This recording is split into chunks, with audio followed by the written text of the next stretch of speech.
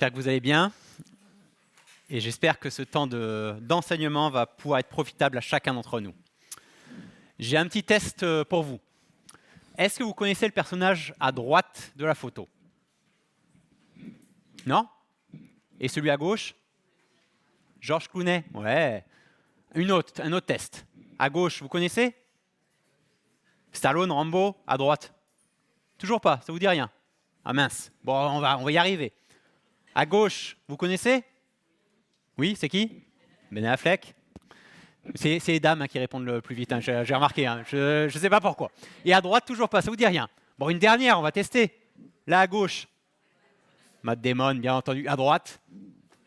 Inconnu. Inconnu, ce pauvre monsieur. Cet illustre inconnu, à côté de toutes ces célébrités, s'appelle Andrew Goldstein. Et Andrew Goldstein a une passion. Il habite Los Angeles, et pour sa passion, il vaut mieux habiter que Los Angeles que moi, par exemple, au Versou. Sa passion, c'est de se prendre en photo avec des stars. Alors, au Versou, c'est un peu plus difficile. Hein. Je vous avoue, j'ai fait le tour de mes voisins, moyen. Il a plus de 100 photos où il apparaît avec différentes célébrités, là, des acteurs, des sportifs, etc., etc. Bon, vous me direz, à chacun son passe-temps. Dans les prochaines semaines, nous allons justement évoquer des personnages qui sont souvent beaucoup trop méconnus dans nos Bibles. Quelque part, parfois des illustres inconnus pour nous, à l'image de ce fameux Andrew Goldstein. Mais des personnages peu connus, voire inconnus, qui ont, je crois, beaucoup à nous apprendre. Et c'est tout le défi de la nouvelle série de prédications qu'on va démarrer ce matin, où on va rencontrer 4 personnes particulières. Le premier s'appelle Zorobabel. Le deuxième, Josué, un homonyme de celui qui a conquis le pays d'Israël, le pays promis. Puis Esdras ou encore Néhémie. Et nous allons méditer sur leurs histoires à travers cette nouvelle série de prédications sur les livres d'Esdras et Néhémie que nous avons intitulé « Restaurer l'espoir ». Et une petite aparté, merci beaucoup à Scott pour les nouveaux slides, très jolis, très sympathiques, qui changent un peu aussi. Merci beaucoup. Donc, restaurer l'espoir. Esdras et Néhémie sont peut-être moins connus que d'autres textes de la Bible et de l'Ancien Testament. Mais je crois qu'ils sont tout de même très importants pour nous, car ces 2 livres, Esdras et Néhémie, qui n'en formaient qu'un seul au départ, sont les seuls qui nous racontent l'histoire du peuple d'Israël après l'exil. L'exil. Peut-être que plusieurs d'entre nous se demandent de quoi il s'agit, de quoi on parle ici. Si on devait découper l'histoire de l'Ancien Testament en 7 gros blocs, on aurait ce schéma-là. D'abord la création, les débuts de l'humanité, tout ce qui est de Genèse 1 à Genèse 11 à peu près. Ensuite le choix de Dieu en faveur d'Abraham et de ses descendants, Isaac, etc., toujours dans Genèse. La sortie d'Égypte avec Moïse qu'on a étudié, Exode et puis tous les livres de la loi. La conquête du pays promis avec Josué. Puis ensuite une période des juges avec Gédéon que Paul a cité en introduction, Jephthé, Samson et bien d'autres encore. Enfin, ensuite, la royauté qui se met en place, alors avec d'abord le roi Saül, puis ensuite David, son fils Salomon, et ainsi de suite, la succession de rois. Et enfin, dernière partie de l'histoire, l'exil du pays promis, sur lequel on va s'appuyer, on va réfléchir ce matin, et surtout le retour du peuple d'Israël dans ce pays promis. Pour bien comprendre cette dernière section de l'Ancien Testament, donc cet exil et ce retour en Israël, il est important de faire un peu d'histoire biblique. Et ça va nous permettre de mieux comprendre le contexte des livres d'Esdras et de Néhémie. L'Ancien Testament nous apprend qu'après le règne de Salomon, le peuple s'est divisé en 2. À gauche, vous avez la carte de la royauté à l'époque de Salomon, un seul peuple, une seule nation. Et à droite, la séparation qui a eu lieu. Cette séparation a eu lieu à cause du péché de Salomon, qui s'était détourné de Dieu. Et on voit cette histoire dans 1 Roi, chapitre 12. D'un côté, on retrouve au nord le royaume d'Israël, ou le royaume du Nord aussi, tout simplement, qui regroupe 10 des 12 tribus d'Israël initiales. Dans ce royaume, le royaume du Nord, une succession de rois idolâtres de diverses lignées va régner. Et au sud, le royaume de Juda, qui regroupe, elle, 2 tribus, la tribu de Juda, comme son nom l'indique, mais aussi la tribu de Benjamin. Et dans ce royaume, c'est la succession à la lignée de David qui va régner. Certains rois vont être des adorateurs de Dieu, vont être fidèles à Dieu, et d'autres pas du tout. Donc deux royaumes, le royaume du nord et le royaume du sud. À cause de leurs multiples péchés, de leur idolâtrie, de leur rejet de Dieu, Dieu va juger tour à tour ces deux royaumes.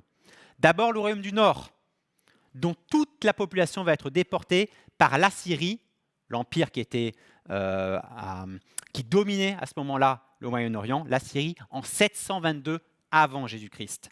Les 10 tribus qui composaient ce royaume vont se mélanger avec plein d'autres populations au point qu'elles vont disparaître complètement en tant que peuple, ces 10 tribus. Ce qui est arrivé au nord va arriver malheureusement aussi au sud, dans 3 sections successives. En 606, en 597 et en 586. 606, c'est la première déportation, c'est l'histoire de Daniel. 597, c'est une deuxième déportation avec 10 000 hommes, c'est l'histoire d'un prophète Ézéchiel. Et la dernière, en 586, là, c'est tout le peuple d'Israël qui est embarqué en déportation, avec les Babyloniens, cette fois-ci, pas les Assyriens, un nouveau peuple qui a pris le leadership dans le Moyen-Orient. Et donc toute la population est déportée. En 586, il n'y a pour ainsi dire quasiment plus de Juifs dans le pays de Juda. Pendant plusieurs années, les Israélites vont donc vivre en exil, loin du pays promis par Dieu à ce peuple, jusqu'à ce qu'un événement bien particulier se produise et ne permette leur retour dans ce pays promis, à Jérusalem. C'est cet événement bien particulier qui a introduit les livres d'Esdras et de Néhémie. Mais avant d'évoquer cet événement bien particulier, en commençant notre lecture par Esdras 1, forcément, je veux juste terminer cette introduction en vous présentant simplement une vision globale de ces deux livres d'Esdras et de Néhémie, pour qu'on puisse bien situer les choses. Dans ces deux livres, en fait, on va retrouver 4 histoires différentes, à des époques et des lieux, enfin non, pas des lieux, à des époques différentes, pardon. La première histoire se passe en l'an 538, entre 538 et 516 avant Jésus-Christ. Et elle relate le premier retour du premier convoi d'exilés à Jérusalem. Et là, ça sera Zorobabel et Josué qui vont conduire ce premier convoi avec une mission, la mission de reconstruire le temple de l'Éternel, le temple qui avait été saccagé, complètement détruit. Et cette histoire-là, elle prend de Esdras chapitre 1 à Esdras chapitre 6, donc tout le début du livre d'Esdras. La deuxième histoire, elle se passe bien des années plus tard, 58 ans plus tard, en 458 avant Jésus-Christ. Et là, on retrouve justement Esdras, qui a donné son nom au premier livre qu'on va étudier. Esdras est un prêtre, un lévite, quelqu'un dont la mission a été de rétablir un culte conformément à la loi, aux prescriptions de la loi. Et ça, c'est la deuxième partie du livre d'Esdras, Esdras chapitre 7 au chapitre 10. Troisième histoire, qui est le centre du livre de Néhémie, elle se passe 13 ans plus tard, en 445 avant Jésus-Christ. Il s'agit là du retour de Néhémie, qui a donné donc son nom au deuxième livre qu'on va étudier, et qui va revenir lui pour une autre mission, celle de reconstruire toute la muraille entourant la ville de Jérusalem. Et ça prend les Néhémie chapitre 1 jusqu'au chapitre 12, quasiment tout Néhémie. Mais il y a une quatrième et dernière histoire qui a lieu, elle, 13 ans plus tard encore, en 432 avant Jésus-Christ, où on retrouve à nouveau Néhémie, qui va mettre en place différentes réformes au sein du peuple. Et c'est le dernier chapitre de Néhémie, Néhémie 13, qu'on étudiera dans quelques mois.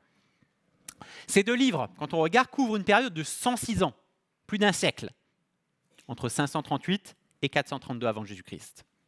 Mais il faut bien se rendre compte que sur ces 106 ans, en fait, il y a 95 années, donc la grande majorité du temps, dont on ne sait rien. Esdras, à qui la tradition juive attribue la rédaction de ces deux livres, s'est concentré sur 4 événements particuliers, sur 4 histoires particulières, qui sont passées à des époques différentes. 4 événements importants. Je suis persuadé que l'histoire de Zorobabel, Josué, Esdras, Néhémie, les 4 personnages principaux de ces 2 livres, a beaucoup à nous apprendre encore aujourd'hui. Toutes ces 4 personnes ont vécu dans un monde fragile, un monde instable, avec de nombreux défis auxquels ils devaient faire face les uns et les autres. Dans des circonstances qui ont été difficiles pour chacun d'entre eux, ils ont tous les quatre vu la main de Dieu se poser sur eux, sur leur vie, et ont accepté la mission que Dieu leur avait confiée. Ils ont expérimenté tous les quatre, et c'est ce qu'on va voir tout au long de ces livres, la fidélité de Dieu au milieu de leurs épreuves et de leurs difficultés. Ils ont démontré leur attachement à Dieu quand c'est pas facile, quand c'est dur. À travers Zorobabel, Josué, Esdras, Néhémie, Dieu, je crois, veut nous interpeller dans nos propres circonstances de vie, qui sont parfois dures, difficiles, complexes, pour nous apprendre dans ces circonstances de vie à la fois à discerner sa grâce prévenante, comme l'ont fait ces quatre personnages, et aussi nous encourager à être des témoins fidèles de Dieu dans nos propres circonstances de vie. Comme je l'ai dit, le titre de cette série de prédications, qui nous amènera jusqu'au mois de février, est « Restaurer l'espoir ». Nous croyons avec les prédicateurs, tous les anciens, que cette série peut réellement restaurer notre espoir dans notre Dieu Tout-Puissant, quelles que soient nos circonstances de vie actuelles. Dieu est là pour restaurer notre espoir. Nous allons maintenant méditer sur les 2 premiers chapitres du livre d'Esdras, qui nous dévoilent ce qui se passe lorsque Dieu réveille les esprits endormis. Qu'est-ce qui se passe quand Dieu réveille les esprits? C'est ce qui est au centre de ces 2 premiers chapitres d'Esdras. Et je vous invite à prendre vos Bibles. Le texte va être affiché, mais je vous encourage à prendre les Bibles. Si vous prenez une Bible blanche dans les bancs, c'est la page 325. Et on va lire les 2 premiers chapitres. On coupera une section où il y a une longue liste de noms. Mais je vous invite à lire ces chapitres. Donc Esdras, chapitre 1, verset 1, le début de notre histoire, avec donc Zorobabel et Josué.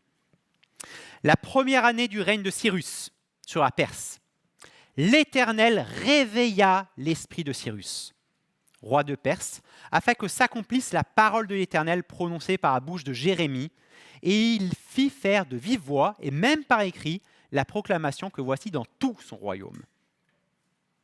Voici ce que dit Cyrus, roi de Perse. L'Éternel, le Dieu du ciel, m'a donné tous les royaumes de la terre et m'a désigné pour lui construire un temple à Jérusalem en Juda. Qui parmi vous fait partie de son peuple? Que son Dieu soit avec lui et qu'il monte à Jérusalem en Juda. Pour reconstruire la maison de l'Éternel, le Dieu d'Israël, c'est lui le Dieu qui réside à Jérusalem. Partout où s'est installé le reste du peuple de l'Éternel, les habitants de l'endroit lui donneront de l'argent, de l'or, du matériel et du bétail, avec des offrandes volontaires pour la maison de Dieu à Jérusalem. Les chefs de famille de Juda et de Benjamin, les prêtres et les Lévites, tous ceux dont Dieu réveilla l'esprit, se levèrent pour aller reconstruire la maison de l'Éternel à Jérusalem. Tous leurs voisins leur donnèrent des objets en argent, de l'or, du matériel, du bétail, des choses de valeur, en plus de toutes les offrandes volontaires. Le roi Cyrus rendit les ustensiles de la maison de l'Éternel que Nebuchadnezzar avait amenés à Jérusalem et placés dans le temple de son Dieu. Cyrus, roi de Perse, les rendit par l'intermédiaire de Mithrédeth, le trésorier, qui en fit le compte pour Shébastsar, le prince de Juda. En voici la liste. 30 bassins en or, 1000 bassins en argent, 29 couteaux, 30 coupes en or, 410 coupes en argent de valeur secondaire et 1000 autres ustensiles. Le nombre total d'objets en or et en argent était de 5400. Tout cela chez Shébastsar le ramena de Babylone à Jérusalem avec ceux qui revenaient d'exil. Voici les habitants de la province de Juda revenus des déportations, ceux que Nebuchadnezzar, le roi de Babylone, avait exilés à Babylone et qui retournèrent à Jérusalem et en Juda, chacun dans sa ville. Ils revinrent avec Zorobabel, Josué, Néhémie, Séraja, Réalaja, Mardoché, Bishan, Misrak, Bigvat, Réhum et Bana. Et un peu plus loin, au verset 64, mais on reviendra sur la liste. L'assemblée d'Israël tout entière se composait de 42 360 personnes, sans compter leurs serviteurs et leurs servantes, au nombre de 7 337. Parmi eux se trouvaient 200 musiciens, hommes et femmes. Ils avaient 736 chevaux, 245 mulets, 435 chameaux, 6720 ânes. Plusieurs des chefs de famille, lors de leur arrivée à l'emplacement de la maison de l'Éternel à Jérusalem, firent des offrandes volontaires pour la maison de Dieu, afin qu'on la reconstruise sur ses fondations. Ils firent donc pour ces travaux, en fonction de leurs moyens, de 61 000 pièces en or, 3 tonnes d'argent et 100 tuniques destinées aux prêtres. Les prêtres et les Lévites, quelques membres du peuple, des musiciens, les portiers et les serviteurs du temple s'installèrent dans leurs villes respectives, de même que tout Israël. Voilà pour la parole de Dieu. Dès le début de notre passage, l'auteur Esdras veut bien nous faire comprendre que l'événement bien particulier qui introduit ce texte et qui va permettre le retour du peuple à Jérusalem pour reconstruire ce temple, cet événement bien particulier a une double origine. Une origine à la fois humaine et une origine divine. Une origine humaine et divine. D'abord, c'est un événement d'origine humaine. À cette époque, en 538 avant Jésus-Christ, un changement politique majeur se produit dans le Moyen-Orient. Les Babyloniens, ceux qui avaient détruit Jérusalem, qui avaient exilé le peuple juif et qui dominaient la région du Moyen-Orient depuis plusieurs années, sont renversés par un autre peuple, les Perses, avec à leur tête Cyrus. L'histoire nous apprend que Babylone, la capitale de l'Empire babylonien, bien que réputée imprenable, avait un talon d'Achille, car elle était traversée par un fleuve, l'Euphrate. Les Perses, pour conquérir Babylone, ont détourné les eaux du fleuve, ce qui leur a permis d'utiliser le lit asséché comme une autoroute pour entrer avec toutes leurs armées et prendre Babylone. Cyrus devient à ce moment-là le roi de la plus grande puissance de l'époque. Son empire est immense. Vous le voyez, depuis la Macédoine, la Grèce, jusqu'à l'Inde, un empire immense. Alors que les Babyloniens, l'empire précédent, déportaient systématiquement les peuples des pays conquis, Cyrus lui va faire exactement l'inverse, en permettant aux populations déportées de retourner chacune dans son pays d'origine. Pour la petite histoire, les faits rapportés dans ces versets, dans les premiers versets d'Esdras, ont reçu des confirmations archéologiques, alors que pendant plusieurs années, certains historiens dénigraient ces passages-là. Ainsi, dans le cylindre de Cyrus, dont vous allez voir une photo, qui a été découvert à Babylone en 1879 et qui se trouve aujourd'hui au British Museum à Londres, on a retrouvé un édit de Cyrus, ce personnage historique, qui est très proche de ce qu'on voit dans la parole de Dieu. Il dit dans cet édit, « Les dieux qui vivaient, je les ai remis à leurs anciennes places, j'en ai rassemblé tous les habitants et je leur ai rendu leur demeure. » Autrement dit, cela démontre cette politique perse de faire retourner les peuples conquis dans leur pays d'origine. Si Cyrus a permis le retour des populations précédemment déportées dans le pays d'origine, c'est aussi parce qu'il voulait s'attirer leur faveur pour gérer un immense empire comme celui-ci. Il voulait leur soutien militaire, politique. Et ce changement politique majeur, c'est les Perses qui viennent au pouvoir, et donc une véritable aubaine pour les Israélites, parce que cela va leur permettre à eux aussi de retourner à Jérusalem. Donc un événement d'origine humaine. Mais le texte dévoile de façon très claire que cet événement est aussi d'origine divine. Au-delà de ce changement politique majeur, notre texte souligne l'action de Dieu ici, en toile de fond. Au verset 1, il est dit « L'Éternel réveilla l'esprit de Cyrus ». Tout ce qui se passe ici, à ce moment-là, n'est pas d'abord le résultat d'une victoire stratégique des Perses sur les Babyloniens, mais est placé sous la souveraineté de Dieu. Le succès des Perses contre Babylone et le fait que Cyrus devienne empereur de tout cet immense empire, l'homme le plus puissant du Moyen-Orient, entrait pleinement dans la volonté de Dieu. D'ailleurs, Dieu avait annoncé ces choses bien à l'avance. Il avait annoncé au prophète Ésaïe. Le prophète Ésaïe qui a vécu 170 ans avant ces événements. Donc plus d'un siècle et demi avant ces événements, Ésaïe a prophétisé, voilà ce qu'il a dit en Ésaïe 44, verset 28. « Je dis à propos de Cyrus ». Ésaïe ne connaissait pas Cyrus. Il est mon berger, il accomplira toute ma volonté, Il dira à Jérusalem, sois reconstruite, et au temple, que tes fondations soient posées. Cette prophétie date de 170 ans avant sa réalisation.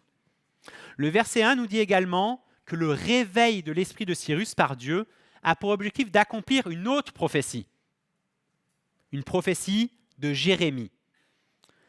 On retrouve cette prophétie en Jérémie 25, versets 11 à 12, où il est écrit « Tout ce pays, on parle du pays promis, du pays d'Israël, tout ce pays deviendra une ruine, un endroit dévasté, et ces nations seront esclaves du roi de Babylone pendant 70 ans. Cependant, lorsque ces 70 ans seront passés, j'interviendrai contre le roi de Babylone et contre son peuple à cause de leurs fautes, déclare l'Éternel. J'interviendrai contre le pays des Babyloniens et j'en ferai un désert pour toujours. » Jérémie, lui, est un prophète qui vivait à Jérusalem au moment de la destruction de Jérusalem, la déportation de la population en 586. Il a vécu, il a été témoin de ces événements. Et lui a prophétisé que cet exil allait durer 70 ans. Dans sa prophétie, il affirme qu'Israël était condamné à 70 ans d'exil. Ce qui correspond en fait, ce chiffre 70 ans ne vient pas de nulle part, ce qui correspond en fait au nombre d'années où les terres devaient être mises en jachère par les différents rois qui se succédaient. D'après Lévitique 25, versets 1 à 7, Dieu avait demandé au peuple d'Israël que tous les 7 ans, il y ait une année sabbatique, une année de jachère, que les terres se reposent. Mais on sait que pendant toute la royauté, entre le moment de la division du royaume et le moment de la fin de la monarchie, cela n'a pas été respecté par les différents rois. Et cette période entre la division du royaume et la fin de la monarchie, la fin des successions des rois, dure 490 ans. Vous prenez 490, vous divisez par 7, ça fait les 70 ans d'exil, la condamnation, le jugement de Dieu contre son peuple. Et on voit aussi ça dans 2 Chroniques 36, verset 21. Non seulement Dieu a tout dirigé pour permettre les circonstances favorables au retour du peuple dans le pays promis, à Jérusalem, mais en plus il est exact au rendez-vous, 70 ans plus tard. Rien ne peut empêcher la volonté de Dieu de s'accomplir. Tout ce qu'il affirme s'accomplit au moment où il veut que cela s'accomplisse. Dieu n'est jamais en retard. L'action de Dieu au milieu de ce changement politique est une belle illustration, je crois, de Proverbe 21, verset 1, qui nous dit « Le cœur du roi est un simple courant d'eau dans les mains de l'Éternel, dans la main de l'Éternel. Il l'oriente comme il le désire. » Dieu a orienté les choses, il a été à l'œuvre à travers ce changement politique majeur pour permettre le retour du peuple d'Israël à Jérusalem. Cyrus, donc, dont l'esprit a été réveillé par Dieu, proclame un décret qu'on voit au verset 2 à 4. Et dans ce décret, il demande simplement 2 choses, mais 2 choses essentielles. Il demande des hommes, des personnes.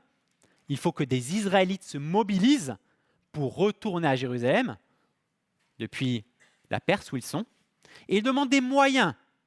Les Israélites qui vont retourner à Jérusalem ont besoin d'un soutien financier pour réaliser les travaux nécessaires pour reconstruire le temple qui est en ruine. Dieu a réveillé l'esprit de Cyrus. Et à travers cela, il a offert la possibilité aux Israélites de retourner à Jérusalem. Une occasion unique pour eux, une occasion en or. Si vous pensiez que Dieu n'est que le Dieu des chrétiens et qu'il ne réalise sa volonté qu'à travers les chrétiens, ce texte vous démontre le contraire.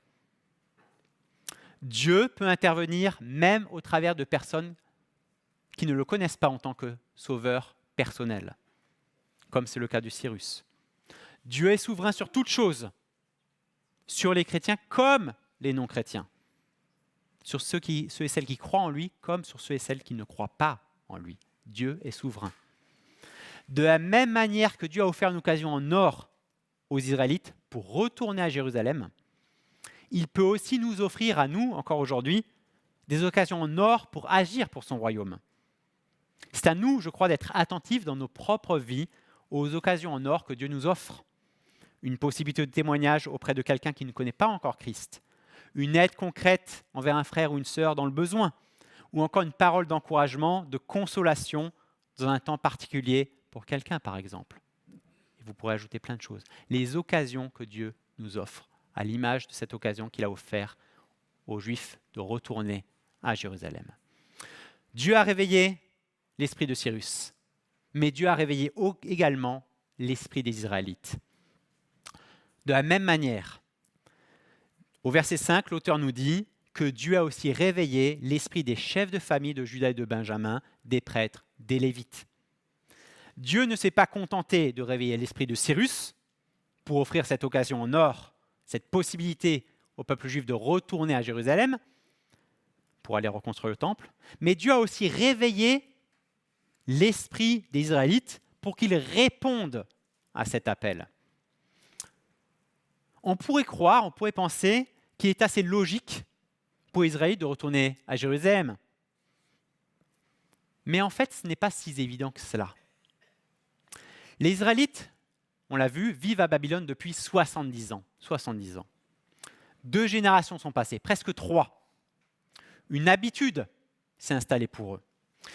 De plus, ils vivent à Babylone dans un certain confort. Ça n'a rien à voir avec l'exil quand ils étaient en Égypte où ils étaient esclaves. Là, le commerce prospère, leurs activités vont bien, pour la plupart. Ce n'est pas si simple que cela de répondre à cet appel lancé par Cyrus pour rejoindre Jérusalem, où tout est en ruine, et pas simple de décider de faire un voyage, comme vous voyez sur cette carte, qui est à peu près un voyage de 1000 km, on ne peut pas passer au centre parce que c'est le désert, de 1000 km, soit à l'époque 2 à 3 mois de voyage. 2 à 3 mois de voyage pour arriver à un endroit où il n'y a rien, où c'est ruine totale. Répondre à l'appel de Cyrus, c'est prendre la route pour un chemin long, dangereux, à cause des pillards, pour arriver dans un lieu où tout est en ruine et où ils vont être confrontés à l'hostilité des peuples qui ont été eux-mêmes déportés à cet endroit-là. Leur mission, la mission qu'on leur propose est difficile et ils vont au-devant de bien des ennuis, de bien des problèmes. La suite de l'histoire va nous le démontrer. Ça ne va pas être simple pour eux. Savoir ces éléments-là nous permet, je crois, de mieux nous rendre compte que répondre à l'appel que lance Cyrus de retourner à Jérusalem pour reconstruire le temple, ce n'est pas une petite affaire, ce n'est pas une petite mission, ce n'est pas simpliste. Non, pas du tout. C'est pour cela, je crois, que Dieu réveille aussi l'esprit des Israélites, pour susciter en eux le désir, la volonté de retourner à Jérusalem pour reconstruire le temple de Dieu. Répondre à l'appel de Cyrus, ou plutôt à l'appel de Dieu à travers Cyrus, comme on l'a vu, implique nécessairement certains renoncements pour ceux qui vont répondre à cet appel. Cela signifie d'accepter de perdre un certain confort, de faire certains sacrifices matériels, de laisser derrière soi ceux qui ne veulent pas y répondre. Bref, de perdre certaines choses. Comment réagiriez-vous si Dieu vous appelait, comme ces Israélites, à quitter votre confort en France pour aller par exemple dans un pays du tiers-monde? Comment réagirions-nous? C'est la même chose qui se passe dans ce texte. Pas évident, n'est-ce pas? C'est une des raisons qui devrait nous pousser à avoir de l'estime pour nos missionnaires, de prier pour nos missionnaires régulièrement. Alors certes, vous allez me dire, nous ne sommes pas tous appelés à partir en mission. C'est vrai, c'est une réalité. Pour autant, je crois que tout appel de Dieu dans nos vies implique nécessairement un renoncement. Lorsque Dieu agit dans nos circonstances de vie, comme pour les Israélites ici, et nous lance un appel à le suivre, je crois que cela implique toujours un renoncement à faire, à avoir. Si vous n'êtes pas encore chrétien et que vous posez des questions sur la foi, vous devez savoir qu'il y a nécessairement un coût lié à l'appel, au choix de Christ. Il y a nécessairement des choses auxquelles vous devrez renoncer pour Christ. Alors on peut penser peut-être souvent à des choses vraiment mauvaises, mais ça peut être plein d'autres choses différentes. Un de mes frères, par exemple, lorsqu'il s'est converti, c'était au fin des années 80, début des années 90. À ce moment-là, il jouait beaucoup à des jeux vidéo. Ce n'était pas du tout l'époque comme c'était comme ça, mais où il y avait eu piratage. Rien à voir avec ce qu'on peut vivre aujourd'hui. C'était un milieu vraiment particulier. Au moment de son conversion, il a pris toutes ses disquettes. Un disquette, je ne sais pas si ça parle aux plus jeunes. Il a tout effacé. C'était nécessaire pour lui. Quelques années plus tard, moi-même, dans les années 90, fin des années 90, il n'y avait pas Internet, tout ça. Mais ma passion, c'était le foot. Toute ma vie était basée là-dessus. Je pouvais vous donner l'année de naissance, le poids, la taille des joueurs. Et j'avais tout un dossier. Au moment de ma conversion, qu'est-ce que j'ai fait? J'ai dû jeter ce dossier. Pas parce qu'il y avait quelque chose de particulier dans ce dossier, mais ça m'attachait à quelque chose. Il fallait renoncer pour suivre Christ. Jésus lui-même a eu ces mots très forts pour ceux qui désirent le suivre. Il a dit en Marc 8, verset 34, « Si quelqu'un veut être mon disciple, qu'il renonce à lui-même, qu'il se charge de sa croix et qu'il me suive. » Jésus nous prévient. Il faut renoncer à soi-même pour le suivre. Le coût est là. Jésus nous le dit. Si vous êtes déjà chrétien, je crois qu'il y a encore une part de renoncement à accepter lorsqu'on répond à l'appel de Dieu pour le servir dans tel ou tel domaine. Ce sera peut-être de l'argent, car on n'acceptera pas telle promotion au niveau de notre travail, parce qu'elle est en inadéquation avec notre service pour Dieu. Ce sera peut-être du temps en moins pour nous-mêmes, car il faudra aller voir un frère, une sœur pour l'encourager. Ça prendra peut-être plusieurs heures de notre emploi du temps. Ce seront peut-être certaines amitiés en moins, parce qu'elles m'éloignent de la mission que Dieu m'a confiée, etc., etc. Voilà ce que dit Francis Chan dans son livre « Lettres à l'Église » à propos du renoncement en tant que chrétien. Un de mes amis a rendu visite à une assemblée en Irak. À son retour, je lui ai demandé « Quelle est la principale différence que tu as observée entre nos églises, aux États-Unis pour lui, mais ça peut être en lien avec l'Europe aussi, et celle d'Irak ? Ce que nous appelons la sanctification chez nous, eux l'appellent une condition préalable. Autrement dit, les chrétiens d'Irak doivent calculer le prix, renoncer d'emblée à tout. Ce n'est qu'à cette condition qu'ils peuvent se rejoindre à l'Église, alors que nous mettons un temps fou à décider si oui ou non nous allons renoncer à certaines choses. Est-ce que nous mettons un temps fou à dire oui ou non si nous allons renoncer à certaines choses pour Dieu? Vous voulez un bon moyen de savoir si vous avez été suffisamment à l'écoute de Dieu dans votre vie? Soyez attentifs à la part de renoncement que vous avez acceptée dans votre vie. Si en tant que chrétien, la seule chose à laquelle nous avons renoncé dans notre vie, c'est de faire une grasse mat le dimanche matin, alors je crois que c'est que nous n'avons pas bien saisi quelle est la nature de l'appel de Dieu dans nos vies.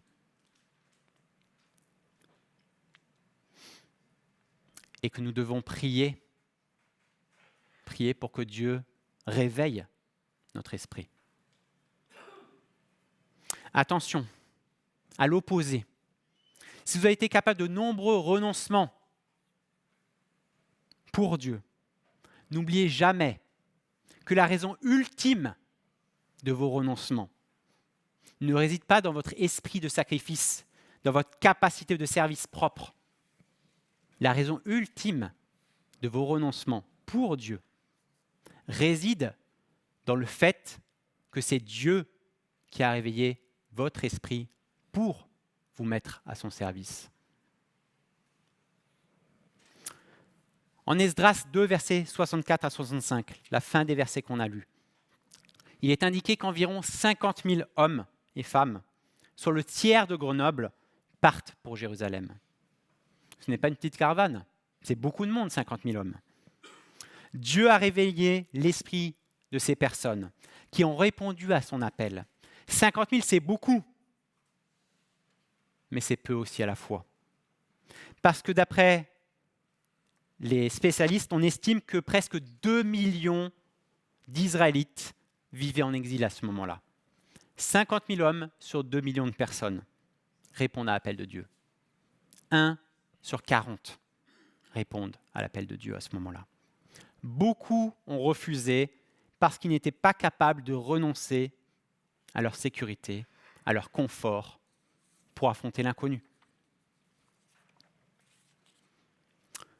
Ce texte nous pose à chacun la même question. Est-ce que ma vie témoigne de mon renoncement, comme ces quelques 50 000 hommes, ou au contraire de mon absence, de mon refus de renoncer, comme les 2 millions qui n'ont pas bougé? De quoi témoigne ma vie? De renoncement pour Dieu ou de mon incapacité à renoncer à certaines choses pour Dieu? Dans son décret, Cyrus demandait 2 choses précises. Des hommes, et cela s'est accompli à travers toutes ces personnes en qui Dieu a réveillé l'esprit, et également des moyens. Et là aussi, cela s'accomplit, au verset 6, on le voit, à travers des dons de différents objets précieux. Le roi Cyrus lui-même met à la main dans la poche pour ainsi dire, en rendant tous les ustensiles de la maison de l'Éternel, au verset 7. Tous ces ustensiles avaient été pris par Nebuchadnezzar, par l'Empire babylonien, au moment de la destruction du temple. À cette époque-là, la coutume voulait que le conquérant confisque les dieux vaincus du pays conquis. Comme il n'y avait pas d'idole parmi le peuple d'Israël, pas de statuettes, pas de choses comme ça, Nebuchadnezzar a pris à la place les ustensiles du temple, ces ustensiles sacrés. Et en s'emparant de Babylone, Cyrus a récupéré tous ces trésors accumulés par les prédécesseurs babyloniens, dont ces ustensiles affectés pour le culte de Dieu qu'il rend maintenant aux Israélites. Le texte fait mention ici à 2 reprises d'un dénommé Shebbatsar, au verset 8 et au verset 11. De qui il s'agit? Il semble qu'il s'agit en fait d'un autre nom pour Zorobabel, qui conduira, comme on va le voir par la suite, la première caravane des rapatriés pour reconstruire ce temple. Beaucoup de commentateurs pensent que le nom de Shebbatsar est en fait le nom de Zorobabel pour ses fonctions officielles, comme c'est le cas par exemple du prophète Daniel, qui est un peu plus connu, dont le nom officiel était Belchatsar, par exemple. Le chapitre 2, qui suit, évoque une liste avec tout un tas de personnes qui ont composé ce premier convoi, sous la conduite de 2 hommes précisément, les 2 premiers qui sont cités, Zorobabel et Josué. Zorobabel, le premier, son nom signifie « né à Babylone ». Comme son nom l'indique, c'est une réalité, il est né en exil, cet homme-là. Il ne connaissait pas Jérusalem, il ne connaissait pas le pays promis avant d'y retourner. Il va jouer un rôle déterminant pour conduire ce premier convoi et reconstruire le temple de Jérusalem. Il sera par la suite le gouverneur de la Judée à ce moment-là. Zorobabel, il faut le savoir, est de lignée royale. C'est un descendant de David. Il figure même dans la généalogie de Jésus-Christ, en Matthieu 1, verset 12.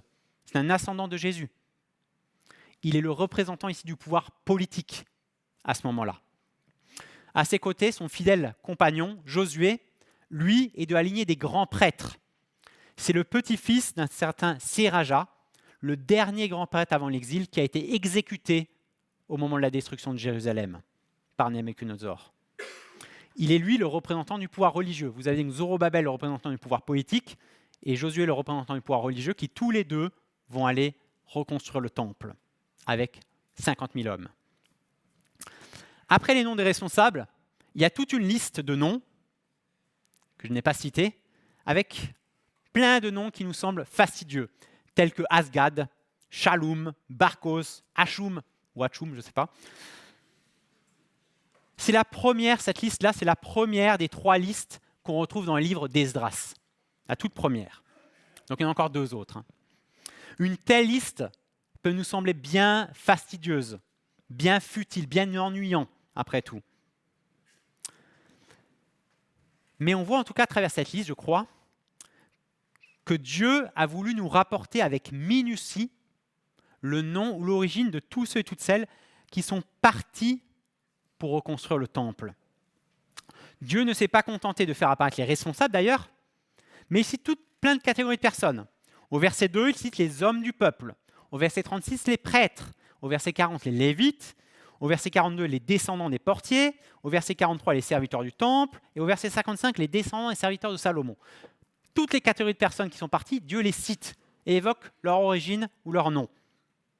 Cette liste, je crois, témoigne d'un fait important. Dieu n'oublie pas ceux et celles dont il a réveillé l'esprit et qui répondent à son appel. Dieu ne les oublie pas. Et je trouve cela particulièrement réconfortant personnellement. Pour Dieu, nous ne sommes pas qu'un numéro parmi tant d'autres. Bien au contraire. Comme l'affirme Ésaïe 49, verset 16, qui dit, c'est Dieu qui parle, « J'ai ton nom gravé sur les paumes de mes mains. » Notre nom, nos noms, pour ceux et celles qui appartiennent à Dieu, sont gravés dans les paumes des mains de Dieu. Malgré tout, c'est vrai que cette liste de noms nous semble fastidieuse, car il s'agit de noms de personnes qu'on ne connaît pas, à moins qu'il y ait quelqu'un qui ait vécu à cette période-là, mais a priori non. Mais le plus important, en fait, c'est pas que nous les connaissions. Le plus important, c'est que Dieu les connaisse. Le plus important, c'est pas que nous soyons une star, comme ce Andrew Goldstein se prenait en photo avec. Le plus important, c'est pas que les autres nous connaissent. Le plus important, c'est que Dieu me connaisse. Pour mieux nous rendre compte de la beauté de cette liste, j'ai voulu faire un petit exercice et j'ai voulu transposer cette liste de noms pour notre Église. Voilà ce que ça donne. Pour l'accueil, 24 personnes. Marie-Pierre, Carole, Sarah, Adam, Marine, Sandrine, Thomas, Marcos, Pierrick, Evelyne, Laetitia, Eri, Joe, Claire, Kevin, Mag, Aloïs, Aurélie, Michel, Vanessa, Isabelle, Jean-Claude, Zoé, Louise. Pour les conseils d'administration, 13 personnes. Arnaud, Stéphane, Scott, Pierre, Manuela, Hélène, Mathieu, Angie, Daniel, Michel, Sarah, Jonathan, Joe. Pour le groupe de musique, 19 personnes. Azaël, Anna, Béné, Cécile, Charlie, Eliette, Manu, Flo, Hélène, Jean-Marc, Jonathan, Eliette, Josias, Mathieu, Olivia, Sarah, Sylvain, Yannick, Jonathan. Pour le groupe Chaîne d'amour, 3 personnes. Eliette, Zoé, Anne-Charlotte. Pour la technique, 16 personnes. Adam, Alexandre, Aloïs, Andreas, David, Jérémy, Jonathan, Louise, Nawam, Salvo, Jonathan, Scott, Thierry, Timothée, Jonathan, Tom. Vous avez vu qu'il y a beaucoup de Jonathan. Pour les prédicateurs et présidents de culte, 11 personnes. Jonathan, Arnaud, Charlie, Daniel, Jean-Marc, Scott, Sylvain, Stéphane, Paul, Michel, Jonathan. Pour le restaurant du groupe de dames, 2 personnes. Dominique et Hélène. Pour le ménage, 25 personnes. Johanna, Marion, Carole, Maya, Adam, Chantal, Damien, Sandra, Jeanne, Evelyne, Lorraine, Pierrick, Eri, Anna, Anaël, Kevin, Mag, Malik, Alexis, Michel, Jean-Baptiste, Aloïs, Aurélie, Esmeralda, Aubin. Pour les responsables des GDS, 16 personnes. Jonathan, Aloïs, Anaël, Andreas, Arnaud, Charlie, Damien, Jean-Marc, Jonathan, Mathieu, Stéphane, Michel, Philippe, Pierre, Scott, Sylvain. Pour la préparation de la scène, 3 personnes. Zoé, Chloé, Eri. Pour les responsables du groupe de maman, 2 personnes. Sarah, Naomi. Pour la vitrine, 7 personnes. Lorraine, Mathilde, Grace, Anne-Charlotte, Agathe, Zoé, Corinne. Pour les responsables jeunesse, 5 personnes. Zoé, Jonathan, Thomas, Kevin, Mag. Pour l'école dimanche dernier, 32 personnes. Sandrine, Vanessa, Manuela, Corinne, Laetitia, Chloé, Anna, Noël, Judith, Nathan, Alexis, Evelyne, Benjamin, Apolline, Cécile, Thierry, Béné, Christophe, Josias, Azaël, Emma, Enzo, Alicia, Thomas, Evelyne, André, Dorian, Damien, Olivia, Zoé, Jean-Baptiste, Philippe. J'espère qu'une telle liste n'a pas été ennuyante pour vous, mais qu'au contraire, elle vous a réjoui. Moi, quand je vois cette liste devant moi, elle me réjouit. Je dis waouh, je suis au bénéfice du service de toutes ces personnes. Au total, j'ai cité 178 noms. Alors, il y a des doublons, des personnes qui ont multiplié les casquettes. Mais ça me réjouit, parce que je suis au bénéfice de cela, parce que je me réjouis pour ces choses-là. Je crois qu'une telle liste, à l'image de celle qu'on retrouve dans ce chapitre 2 du livre d'Esdras, devrait nous entraîner dans 2 formes de prière. D'abord, une prière de reconnaissance. Remercions Dieu, car d'une manière ou d'une autre, il a réveillé l'esprit des personnes que j'ai citées précédemment dans cette liste et qui ont répondu à son appel à le servir et à renoncer à certaines choses, même si ce n'est que quelques heures de loisirs personnels. Et une deuxième prière, une prière d'intercession. Prions Dieu pour qu'il puisse réveiller l'esprit de tous ceux et toutes celles qui fréquentent régulièrement notre assemblée, pour qu'ils puissent aussi servir avec leur capacité et leur disponibilité et qu'ils puissent aussi figurer dans cette liste, pour que cette liste s'agrandisse. Et je n'ai peut-être pas cité tout le monde dans cette liste, attention, hein. Une majorité, mais pas tout le monde. Mais quelque part, notre prière, ça doit être une prière de reconnaissance pour tous ces services, pour toutes ces personnes à qui l'Éternel a réveillé l'esprit pour se mettre au service pour lui. Et une prière d'intercession pour demander à Dieu d'intervenir dans les cœurs, pour réveiller l'esprit de ceux et celles qui ont besoin aussi d'être réveillés pour mettre leur vie au service de Dieu. En conclusion, ce texte nous démontre avec force que c'est Dieu qui a été à l'initiative du retour des Israélites de l'exil pour reconstruire le temple à Jérusalem. C'est à la fois Dieu qui a réveillé l'esprit de Cyrus pour offrir cette occasion en or aux Israélites, et c'est Dieu qui a réveillé l'esprit des Israélites pour qu'ils répondent à son appel. Et c'est la grande leçon de ce chapitre. Dieu permet les occasions. C'est Dieu qui a réveillé l'esprit de Cyrus. Et c'est à nous de les saisir. C'est Dieu qui réveille nos esprits. Comme on l'a vu, saisir les occasions que Dieu nous donne comporte toujours une part de renoncement, aussi minime soit-elle. L'exemple ultime de ce renoncement, c'est bien entendu Christ, lui-même, qui a renoncé à sa gloire éternelle pour nous sauver, comme nous l'avons célébré à travers la scène précédemment. Et comme l'exprime très bien l'un de mes passages préférés de la Bible, Philippiens 2, versets 5 à 11, qui dit que notre attitude soit identique à celle de Jésus-Christ. Lui qui est de condition divine, il n'a pas regardé son égalité avec Dieu comme un butin à préserver, mais il s'est dépouillé lui-même en prenant une condition de serviteur, en devenant semblable aux êtres humains. Reconnu comme un simple homme, il s'est humilié lui-même en faisant preuve d'obéissance jusqu'à la mort, même la mort sur la croix.